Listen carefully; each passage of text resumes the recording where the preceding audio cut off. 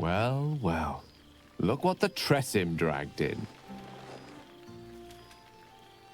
Professor Gale Decarius of Blackstaff Academy.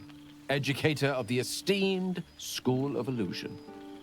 A pleasure to remake your acquaintance.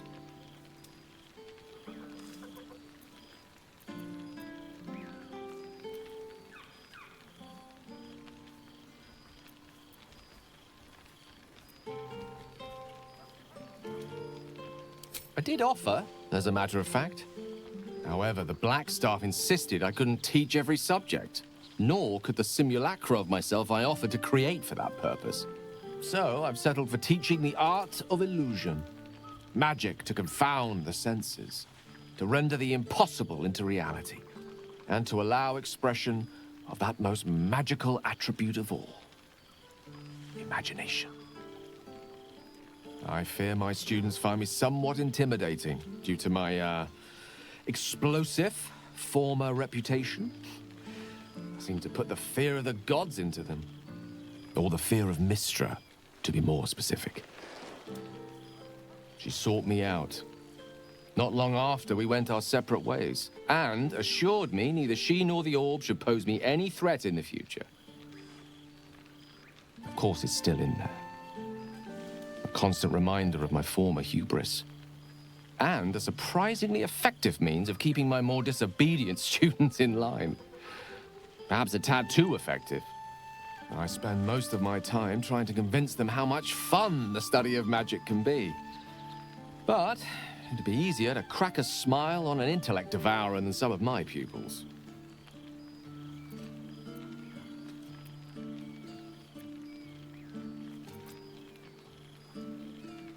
Ah, so you still remember our little lesson.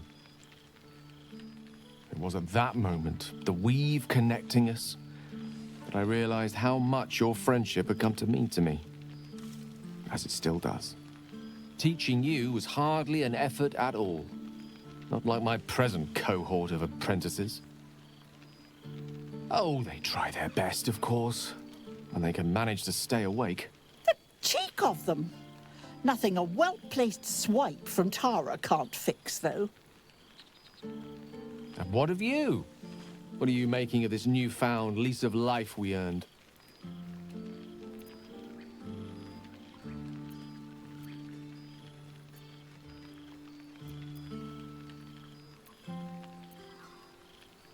I almost feel sorry for the devils in your path. I mean, I don't, of course. Sure, they deserve it. I've told my students plenty of tales about our escapades. You're something of a hero to them, you know? I'd be delighted to introduce you to my current cohort as a guest lecturer, perhaps. I'm sure they'd have plenty of questions for you.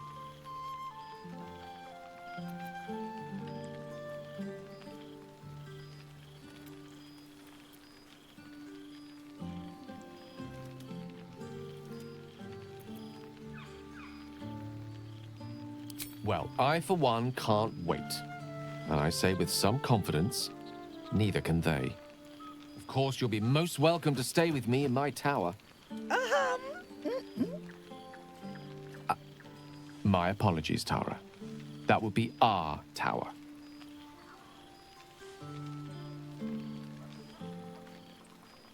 It will give us plenty of time to catch up on your adventures. I'm very curious to know what you've been up to these past months. But I suspect the telling of that tale would keep you tied to me all evening. So, in the spirit of selflessness, I encourage you to mix and mingle for now, with time enough to come.